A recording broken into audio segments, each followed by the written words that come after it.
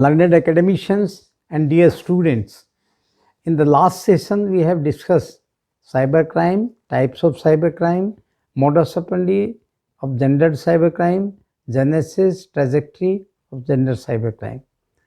As we have discussed that the security features and control of the computer resource system used by the women or girl victim are of prime importance.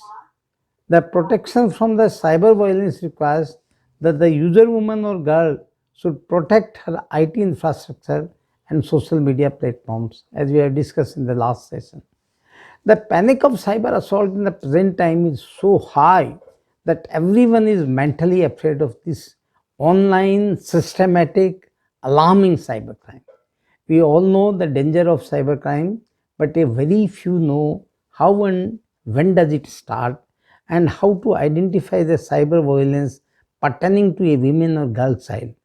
The user woman or girl comes to know about cyber violence only when it occurs and its adverse impact is faced by her. So that is the problem. Now we will discuss the types of different gender cyber violence, their ingredients, just to identify, because it is very important to identify at the very start. As you know, in the gender cybercrime, parameters are the victim is a girl or a woman, a criminal may be of any gender, criminal is using computer resource and essentially either a computer or internet or a smartphone. Hopefully you know the difference between phone and smartphone. Smartphone has three characteristics. It's the touch screen interface, second it has the internet access, and third some programming should be there. So these are three important things. Through acts of cyber violence with specific modus operandi using the computer resource, internet or communication device, which is the common denominator are. So the first is the cyber harassment. So what are the ingredients of cyber harassment? Which is a broadest form of cyber violence and involves a persistent and repeated act targeted at the victim woman, which it is designed to cause severe emotional distress and often the fear of sexual or physical harm. The second is the cyber threatening. In this type of violence, cyber criminal threatens to the victim woman that she will be hurt or harmed. It's type of harassment. Is the second category of harassment only. Now, third is the cyber blackmailing, which is very common. It is an act of threatening to the victim that criminal will share her private information with the public through the internet. That is the basic ingredient of this blackmailing. Then fourth is the cyber abuse. Cyber abuse is the behavior that uses technology to threaten, intimidate, harass, or humiliate the victim lady with the intent to hurt her socially, psychologically, or even physically. That is one. Then fifth is the cyber outing or doxing.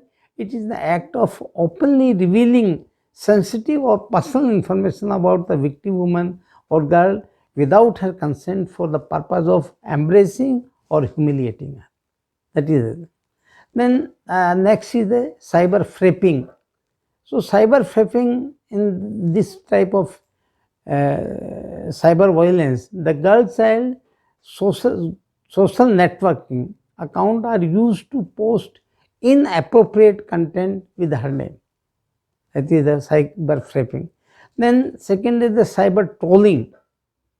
Then cyber criminal intensely posts inflammatory, provoking comments online again and again to upset any woman or girl child. Then comes the fake news, also known as the junk news, pistol news, or the hoax news.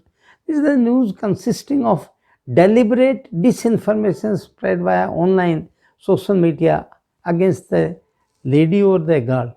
So that is of him. Similarly, new rumors.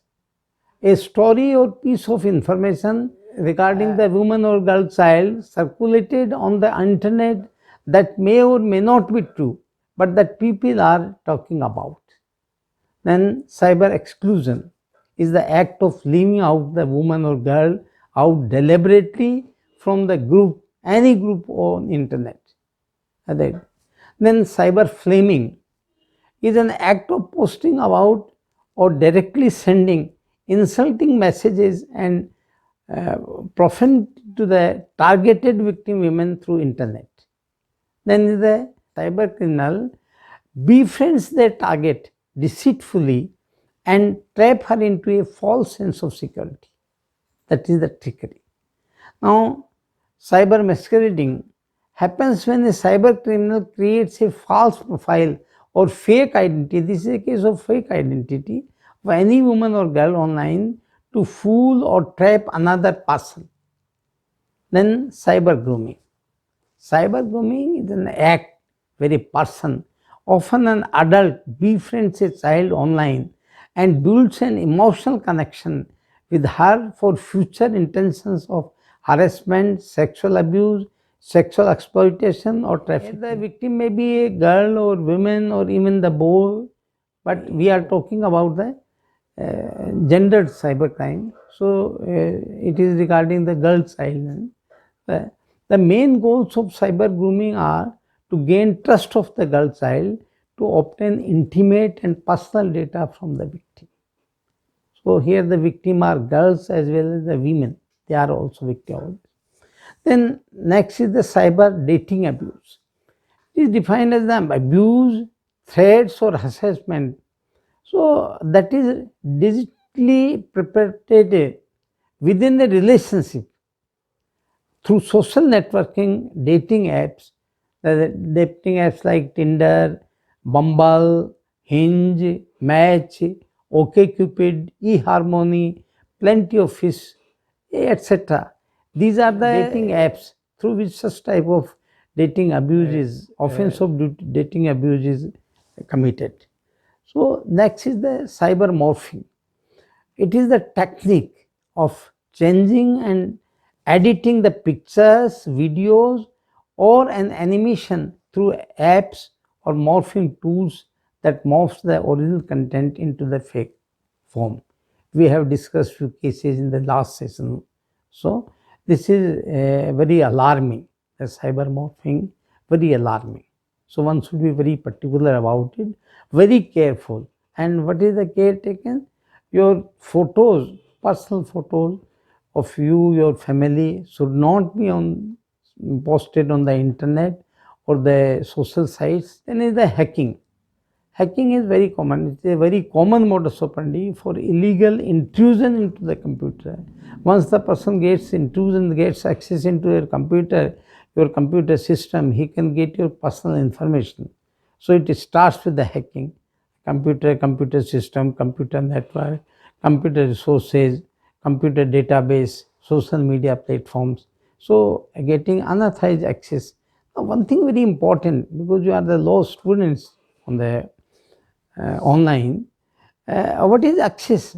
Normally access, we say access is the getting entry into, but in the computer, in the cyberspace, access is getting entry into as well as communicating or instructing the three performance of the computer, means the memory, the arithmetic and the logic.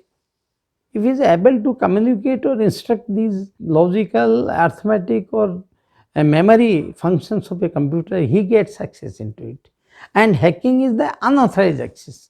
So people talk about ethical hacking. There is no such ethical hacking. It is the penetration into the system. So the penetration, one is expert in the penetration with the permission of the person who is in charge of the computer resource. It is the penetration test, and they are the experts. And if he does without the permission, it is always an offense, and that is called the hacking. So then second, the cyberbullying. It is very common in the students as well as in the ladies. Sometimes it is with the senior persons also. So cyberbullying is a type of cyber harassment that is targeted on a girl or the victim child or teenage child. That is cyberbullying.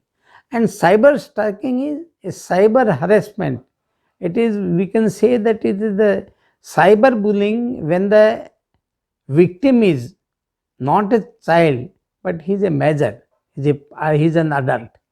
So that is cyber stalking. Now, cyber impersonation is a social engineering tool used to gain access to a system or network in order to commit cybercrime. Then comes the cyber defamation.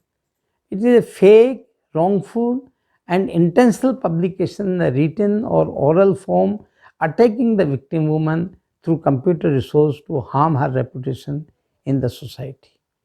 Then is the cyber pornography. Cyber pornography is an act of using cyberspace to create, display, distribute, import, or publish porn content or obscene material. This cyber pornography we will discuss in the coming session, next session. It is an offense under the IT Act also, under Indecent Representation of Women's Act also, the IPC also, in all the three cases. Then second is the non-consensual sharing of image. Is sharing of image of person online without his or her consent. That is also an offense, punishable under IT Act. Then recording and distribution of sexual contents without her permission. This is also an offense. Then internet relay chat. These are in the chat rooms used by the cyber criminals, where the world can come together. The cyber culprit can conduct the various cyber violence acts on the internet at simultaneously. Then is the identity theft. It is the deliberate use of someone else's identity like personal information and financial information. That is identity theft is also punishable under IT Act. Then is the data modification. It is an act of changing and modifying the data and information of the victim. Now comes the spyware. Then spyware is a type of malware to spy the computer activities of the victim. So this is a special type. The user doesn't know that there is some spyware is collecting the information, but the spyware does so if it is installed in the computer system, then it takes away all your information from the computer. Then is the keylogger. Keylogger is also a type of malware to get the logs of keyboard of the victim. Now you must have heard about the phishing. So phishing refers to the criminal activity that attempts to obtain sensitive information of the victim fraudulently. The cyber criminal uses fake email ID which redirects the victim to open the fake website or click the fake link. There are two options. The moment you open the fake ID, criminal redirects you to open either he takes away to the fake website or he takes away to the link. Both are the fake link. Presuming it is genuine, you think it is genuine one and post personal information and security features on the fake website or fake link. The fake website and fake links are under the control of culprit, and hence the culprit gets all the personal information and security controls and gets unauthorized access into the system.